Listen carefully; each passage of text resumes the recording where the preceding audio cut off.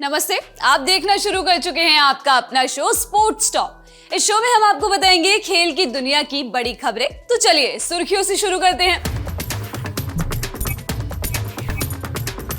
पहली सुर्खी है भारतीय विमेंस क्रिकेट से। सोमवार देर रात भारत ने आयरलैंड को 5 रन से हराकर टी20 विश्व कप 2023 के सेमीफाइनल में अपनी जगह बना ली है। ग्रुप 2 में इस जीत के साथ भारत नंबर 2 पर पहुंच गया है। ऐसी संभावना जताई जा रही है कि ग्रुप के मुकाबले पूरे होने पर भारत का सामना सेमीफाइनल में ऑस्ट्रेलिया से हो सकता है। भारत अगर नंबर 2 पर बना रहता है तो उनका सेमीफाइनल मुकाबला गुरुवार 23 फरवरी को होगा। इससे पहले साल 2020 में भारत टी20 विश्व कप के फाइनल तक पहुंचा था, जहां उनको ऑस्ट्रेलिया के हाथों हार मिली थी।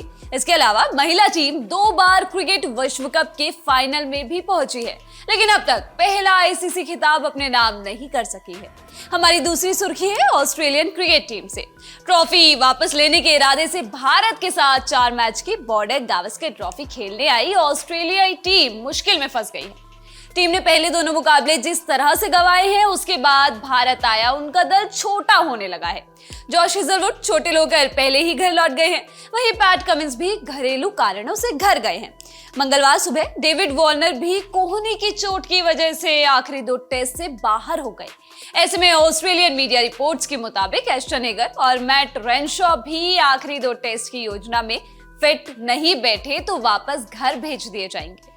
आपको बता दें कि टेस्ट सीरीज के बाद भारत और ऑस्ट्रेलिया के बीच 3 मैच की वनडे सीरीज है और फिर आईपीएल के लिए भी कुछ ऑस्ट्रेलियाई खिलाड़ी भारत में रहेंगे। हमारी अगली सुर्खी है तीरंदाजी से। पूर्व वर्ल्ड नंबर 1 दीपिका कुमारी साल 2023 के आखिर में हांगझोउ में होने वाले एशियन गेम्स 2022 के लिए भारतीय तीरंदाजी टीम में जगह नहीं बना पाई हैं, जबकि उनके पति अतानु दास इन गेम्स के लिए जगह बनाने में कामयाब रहे हैं। साई सोनीपत में Asian games, Asian championship, world championship और 2023 में 4 तीरंदाजी वर्ल्ड कप के लिए भारतीय तीरंदाजी टीम का चयन राष्ट्रीय ट्रायल के बाद किया गया।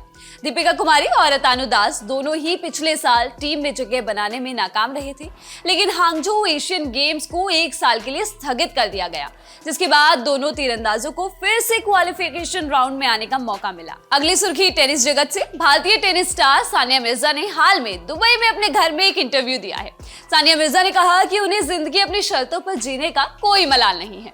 उनका मानना है कि ये बस अपनी शर्तों पर जीवन जीना चाहती हैं। उन्होंने कहा, मैं ईमानदारी के साथ रहने की कोशिश करती हूँ और मैंने जिंदगी को अपनी शर्तों पर जीने की कोशिश की है। मुझे लगता है कि हर किसी को ऐसा करने में सक्षम होना चाहिए। किसी के लिए ये नहीं कहना चाहिए कि आप नए मानदंड गढ़ रहे हैं, आप नियम तोड़ रहे हैं, क्योंकि आप कुछ ऐसा कर रहे हैं जो आप करना चाहते हैं। सानिया ने आगे कहा कि एक ऐसी चीज है जिस पर मुझे बहुत गर्व है, क्योंकि ये जरूरी नहीं है कि मैं दूसरों से अलग रहूं। मैं आपके लिए अलग हो सकती हूँ, लेकिन इसका मतलब ये नहीं है कि मैं कोई बागी हूँ या किसी तरह के नियम तोड़ रही हूँ। ये हुई आज की सुर्खियां। अब नंबर दिन की बड़ी खबर जिसमें हम आपको किसी टॉपिक के बारे में विस्तार से बताते हैं। और आज का हमारा टॉपिक है जसप्रीत बुमराह। जसप्रीत बुमराह की वापसी का इंतजार और भी लंबा होता जा रहा है। बीते रविवार को ऑस्ट्रेलिया के खिलाफ आखिरी 2 टेस्ट मैच के लिए स्क्वाड की घोषणा की गई, लेकिन इसमें भी बुमराह का नाम नहीं आया। टेस्ट के बाद 3 मैच की वनडे सीरीज के लिए भी बुमराह की टीम में वापसी नहीं हो पाई। टीम के ऐलान के साथ ही ऐसी रिपोर्ट जरूर आने लगी जिनमें कहा गया कि बुमराह भले ही ऑस्ट्रेलिया के खिलाफ ना खेले, लेकिन वो आईपीएल में मुंबई इंडियंस के लिए खेलते देख सकते हैं। हालांकि ये भी कहा जा रहा है कि वहां पर उनके वर्कलोड को मैनेज किया जाएगा। चलिए शुरू करते हैं। सबसे पहली बात, जसप्रीत बुमराह आखिर टीम से बाहर क्यों हैं? दरअसल जसप्रीत बुमराह को स्ट्रेस फ्रैक्चर बताया जाता है। इस चोट का एक कारण सही से वर्कलोड मैनेजमेंट नहीं करना है। स्ट्रेस फ्रैक्चर इंजरी घुटना मुड़ने या पैर टूटने से अचानक लगी चोट जैसी नहीं होती। स्ट्रेस फ्रैक्चर की स्थिति में हड्डी पर पहले से बहुत ज्यादा भार पड़ रहा होता है। ऐसे में कमजोर हिस्से पर अचानक अधिक भार पड़ता है और स्ट्रेस फ्रैक्चर के चांस बढ़ जाते हैं। गेंदबाजी में इसके होने की वजह इसलिए होती है क्योंकि गेंदबाज अपने फ्रंट फुट पर बहुत ज्यादा फोर्स डालते हैं। जो ज्यादा फिट होते हैं वो इसे आसानी से निपट लेते हैं, लेकिन जब आपका शरीर, आपके पैर थके हुए होते हैं, आपकी मांसपेशियां ठीक तरीके से काम नहीं करती, तो फिर आपकी हड्डियां ज्यादा स्ट्रेस लेती हैं। इसलिए ज्यादा वर्कलोड बोन स्ट्रेस फ्रैक्चर के कारणों में से एक माना जाता है। हालांकि कुछ रिसर्च ऐसा भी बताती है कि वर्कलोड में अचानक से बढ़ोतरी होना भी इसका एक कारण है। क्रिकेट विश्व कप 2019 के बाद टीम इंडिया वेस्ट इंडीज के दौरे पर गई। उस दौरे पर जसप्रीत बुमराह को स्ट्रेस फ्रैक्चर चोट ने घेर लिया। इसके बाद बुमराह का यूके में इलाज करवाया गया और लगभग 4 महीने के बाद उनकी फिर से टीम इंडिया में वापसी हो गई। बुमराह ने साल 2016 में 23 जनवरी को भारत के लिए वनडे फॉर्मेट में डेब्यू किया।